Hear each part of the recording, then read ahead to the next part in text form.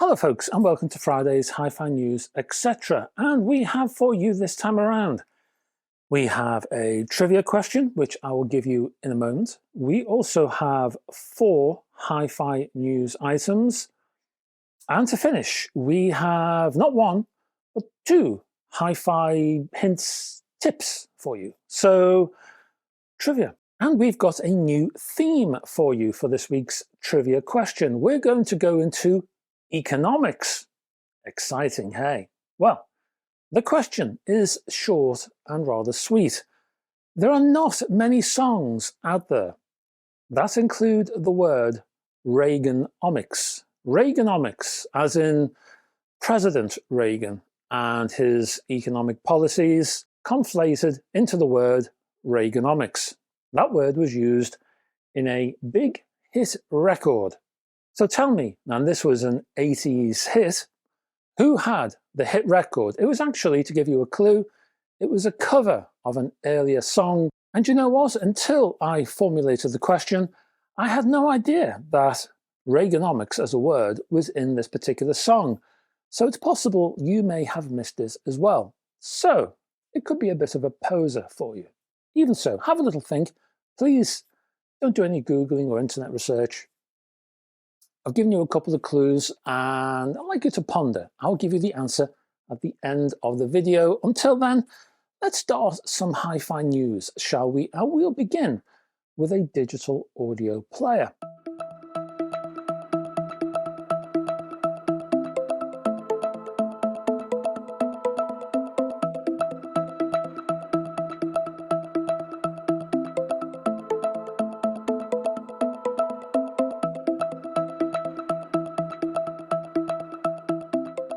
And this one is by, well, I think it's Hiby. Never actually pronounced this name out loud. It's the first time I've ever done it. Hiby, Hiby Music. They have announced the R6 Pro 2 digital audio player. It has dual chips, well, kind of a chip set really, AK4499EX plus the AK4191. Weighing in at 285 grams and contained within an aluminium chassis, backed by a toughened glass back plate. This AKM chip combo looks to completely separate analog and digital signals to apparently improve the conversion process, lower jitter, and enhance sound quality. And that chip supports a humongous 32-bit 1536 kilohertz. I don't think I've ever reported a set of statistics that high. As for DSD, it ain't 256, it ain't 512, it's 1024. What is the world coming to, folks? Based on Android 12, this DAP features a switchable amplifier, and this is also new to me. Might be familiar to you, but it's new to me. So you can flip between Class A operation and Class AB. And I've got to tell you, Class AB is better on the battery. Class A, in theory, and in my head now, I'm thinking Class A is going to sound better. It might not, but that's what I'm thinking. But it really eats the battery. AB gives you probably about 2 hours longer. So something to bear in mind. Hey, but it's nice to have the option to switch. Anyway, you also get an 8-core, 1.8 GHz Qualcomm Snapdragon 665 processor and a 5.9-inch 1080 by 2160 IPS screen.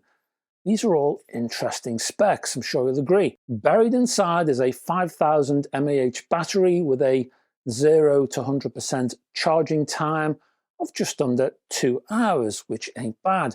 The device also supports MQA16X unfolding, AirPlay, DNLA, and a proprietary Hiby link. There is dual Wi-Fi frequencies included. There's also two-way Bluetooth. And, oh yeah, Bluetooth supports aptX HD and, wonders of wonders, LDAC. Outputs include 3.5mm and 4.4mm Pentacon headphone sockets. And if I was being super picky, Then there's the smaller, what is it, is it 2.8? I've forgotten what it is now. The smaller balanced connection. I thought that might be included too, but no. USB, well, that supports both 2.0 and 3.1. I currently have a dollar price point of $749. And for that, you also get a leather case, USB charging cable. There's a USB-C to A adapter for that, a user guide, and you get 2 front screen covers.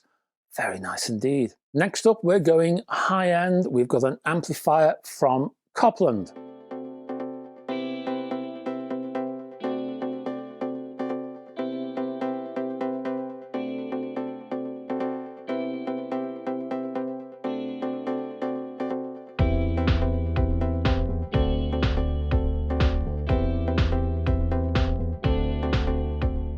The CTA407 delivers 50 watts of valve-based power in Class A and AB mode, a bit like the DAP we were talking about before, hey. However, in this case, most of the actual amplification tends to live in Class A. I mentioned valves. Well, note at the bottom of this particular screen, the 40 LED diodes on the bottom here on the front panel. There are 10 for each valve. This is the bias and diagnostic system. The LEDs can be turned off if you don't want to read the status of your power valves on the fly. This is a KT88 and ECC88 valve-based system, but you can also, within boundaries, roll your own. That is, you can insert alternative variants if you wish. The amplifier itself, well, that can automatically adjust any valve in the 6550, KT88, KT120, KT150 family. There are 5 line level inputs, including a tent monitor, loop, and a built-in phono amplifier supporting moving magnet and moving coil. The push-pull output stages consist of a pair of matched power valves in fixed ultra-linear configuration, providing the low distortion of triodes and the power of tetrode valves. The CTA407 uses a motor-driven volume control, hence the amp can be controlled by the RC102A remote. Weighing in at 20 kilograms, this amplifier spans 435mm by 215 by 420mm, and the price, well, that is a healthy £6,500. Next up, we have a pair of phones. We have over-the-ear headphones and we have in-ear headphones from PSB.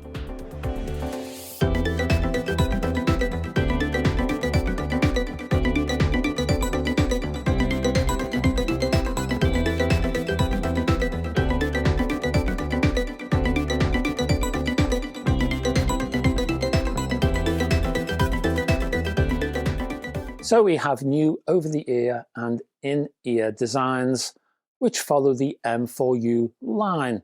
There are lots of keywords associated with these products, so get ready to tackle things like audio do, personal sound, and that allows you to calibrate the sound of each ear differently, so you can independently configure the sound for each ear. And that might be rather useful if you have your own hearing difficulties. There's also something called room field technology, and I think it's one of those EQs that's supposed to fool you into thinking you're listening to a pair of speakers. Now, there's a host of these IQs on the market from all kinds of people, and this is another one. As for the M4U9s, I didn't mention, did I? These are wireless headphones, and they also offer active noise cancelling via 4 built-in microphones. They also use the new graphene-infused drivers, which reportedly improve damping, stiffness, and efficiency. For Bluetooth, the headphones support aptX Adaptive. Battery life is around 25 hours, and in terms of prices, I have 3: $499, €549, or £449. For the TWM earbuds, well, we're looking at magneto-static technology in a hybrid planar dual driver design. will sound rather complicated, doesn't it? Basically, you've got one transducer aimed at the higher frequencies, and you have another transducer which focuses on the bass. These units support enhanced aptX adaptive Bluetooth. You'll also find hard click buttons on the chassis of both earphones, while a smart USB-C charging case delivers a maximum of 32 hours of extended playtime, 8 hours out of the case, and 3 additional charge cycles in the case. Prices, well, again, 3 more prices. We have a $199 or €229 or £199. Oh, and in terms of contacts, I'll put the lot, everything I mentioned, all the news items I'll mention in this video, they will be down in the description if you want to have a little look-see. Next up, the 5000 series speakers from Q Acoustic.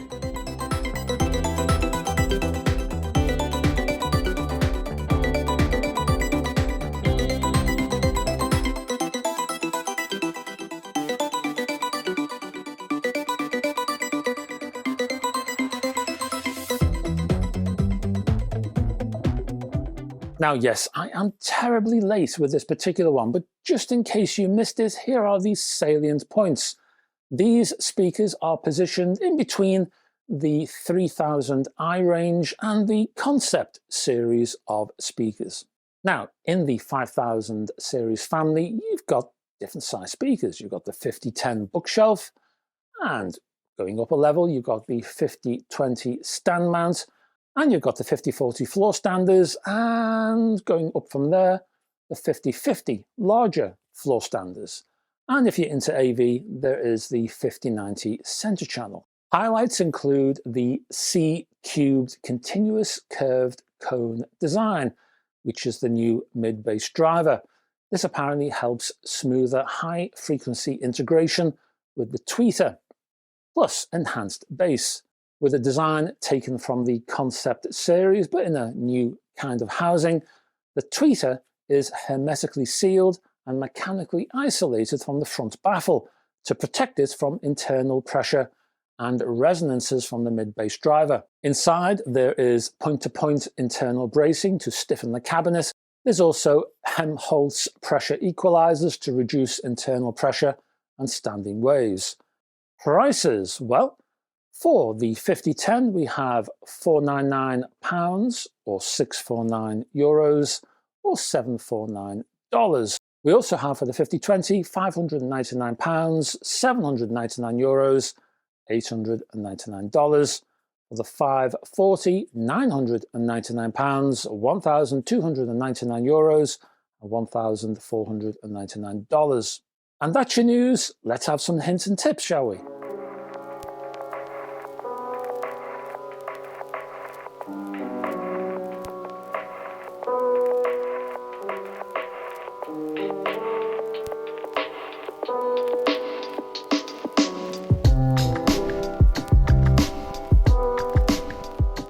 And the first hint and tip, well, it's short and sweet, to the point, I would say, and it involves smoking. This might sound rather obvious, but for those who partake in such things, I would advise you to keep your listening room a non-smoking area. Now, yes, kiddywinks, we all know that smoking is bad for your health, don't we? But it also does no good at all to your hi-fi. Why is this? Well, smoke gets everywhere. Over time, with constant smoke exposure, your hi-fi will undergo tar residue buildup. More than that, tar is chemically aggressive and it corrodes. So, for example, any mechanical switch contacts in your equipment will be under threat. I have even heard of gold-plated contacts being completely eaten away by tobacco smoke. As the song says, smoke gets in your eyes, but where your hi-fi is concerned, it will also affect your ears.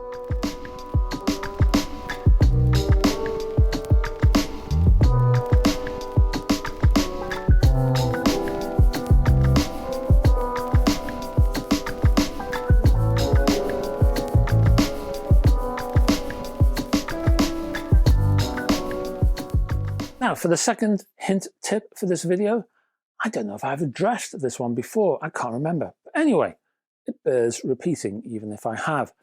I receive many hi-fi questions asking for buying advice of different types, specifically in this case from those looking to buy their first hi-fi system or those wanting to upgrade their entire system from scratch. That is, I receive many questions asking how much to apportion to each component in this forthcoming system. So what would I advise? Well, in short, I am a firm believer of the source first approach. So that's where I recommend you spend most of your cash. If you're building a system from scratch, I would spend 50%. That's 50% of your budget on the source, whatever that might be. Turntable, CD player, streamer, whatever.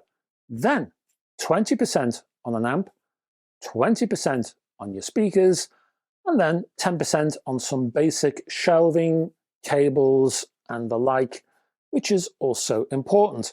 I find that when people are advising about spending on hi-fi, often the cables and the shelving is ignored, and it shouldn't be because it can ruin your whole system if that's done incorrectly. And also you spent all your money on the hi-fi and then you got nothing for these imported accessories. So budget for that, include it in the 100% and give that 10%, I would, just for now. Oh, and if you're talking about a turntable, then 50% means the whole thing, the turntable, the arm, and in most cases that will be supplied anyway, and the cartridge. And again, for lower cost turntables, that will be normally included in the box.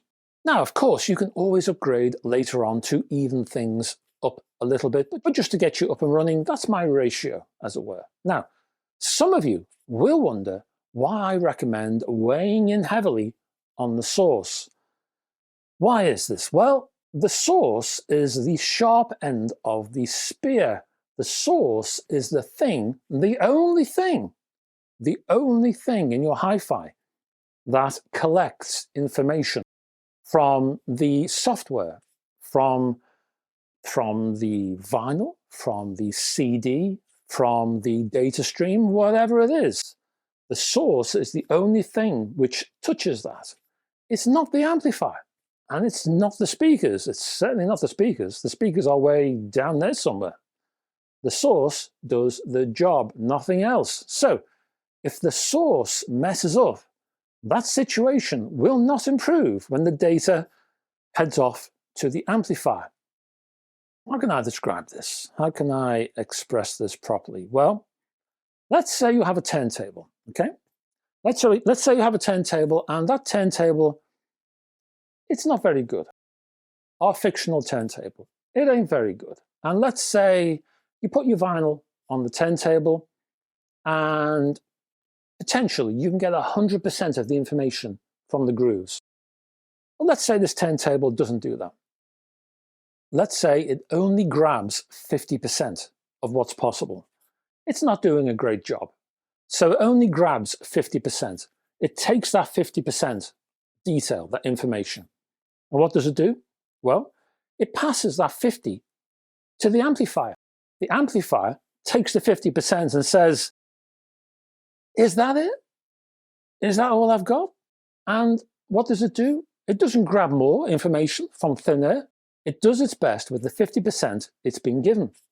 That's all it has, the 50%. So it processes that 50% in the best way it can. Now, if you have an amplifier in your system, say it's been living there for a while, and let's say you upgrade your amplifier and the amplifier sounds better, some people think, well, that proves it then. That proves that the amplifier is the most important thing in this hi-fi system. And speaker advocates will say the same thing. They'll upgrade their speakers, won't they? And they'll say, oh yeah, my speakers sound better since I upgraded. Hence, the speakers, they are the most important thing in this chain. It is so, folks. All the better amplifier is doing is a more efficient job. It's doing a better job at handling this 50%, but that's all it ever has. It has 50%, nothing more. Amplifier X might not be as good as amplifier Y in doing the processing of that 50. So that's why the amplifier upgrade sounds better. But it ain't going to get any better than that 50. Now, let's say that the amplifier is, again, not the best. So it's been given 50% by the turntable. It passes that 50% on to the speaker, but then again it doesn't, because the amplifier is like a bit iffy. So it might lose a bit of information just by doing its thing. So it might hand over 30%. So the speakers get this 30% and it says, you gotta be kidding me, guys. That's all I've got to work with? And the turntable and the amplifier say, tough, get on with it. And the speakers say, fine. So they'll do their best with that 30. The speakers are not magic. They're not going to go again into thin air and they're going to upgrade this 30%. No, that's all they've been given. That's all they've got. That's all they have to work with. And that's why the source is the most important thing, because that is where the information comes from. If you want to give your amplifier and speakers the best possible chance of doing a good job, you've got to give as much information to those components as possible, which means that the source has to be top-notch. Also, modern amplifiers and speakers are, well, very rarely, I would say, pushed to their sonic limits. Many are used and then upgraded without really showing you their true potential. Well, in this ratio, they should be able to do just that. And that's it, folks. Thank you very much for staying to the end of this video. And before you go, you need an answer, don't you, to your trivia question? And here we go. And to remind you, in the 80s, what was the big hit record that included the word Reaganomics? And the answer is Money's Too Tight to Mention. Reaganomics was mentioned in this hit song, which was first released by the Valentine Brothers in 1982, and then covered by Simply Red 3 years later. So now you know. Thank you for staying to the end of this video, and thank you for supporting me and this channel. It's much appreciated. If I could possibly ask you, just down below, if you could click on the like and subscribe buttons. If you haven't already done so, that would be wonderful. Also, further down, just to remind you, there are those links to the items mentioned in the Hi-Fi news section. And down there, milling around, are lots of other links to my social media platforms, including my Facebook group, which you can join. You're welcome to join that. Also my website. Now, if you're a member of my Patreon community, or if you're thinking about joining my Patreon circle, then be aware that I'm producing a pair of videos. They're quite large videos, so I've divided them into 2 parts. They're part of my Hi-Fi tour series. But these videos don't focus on an individual component. Instead, they focus on a system, an entire system, which has been created for a particular reason. The reasons are in some ways highly personal. There will be some personal revelations in terms of me, who I am, and my career, and some important decisions within that, which I've never told anyone before, whether I'm talking about the public or professional colleagues, will be revealed in these videos. Shock horror, the scandal. Anyway, so check that out. I hope you like the story. Anyway, in there will be a component by component breakdown and examination of this second system. And that will be appearing very soon. As I say, in 2 parts, so check it out. That's the Patreon. Exclusive to Patreon, only Patreon. It ain't going to be anywhere else. Because I'm shy. I can talk to the Patreon guys, but no one else. I'm a shy kind of guy. So, so that's that. Anyway, I'll be back. We are Friday, so we're looking at Sunday. And I've mentioned this in the community tab somewhere. I'll be looking at a vinyl cleaner, the Degritter Mark II, and I'll be comparing that with the Mark I, and we'll be looking at differences and should you go for the 2 rather than the 1? Should you upgrade? If you have the 1, should you upgrade it to the 2? How does the 2 perform? all that kind of stuff. So I've been testing that forever and a day. It's taken a while. So my voice is about to go. Excuse me.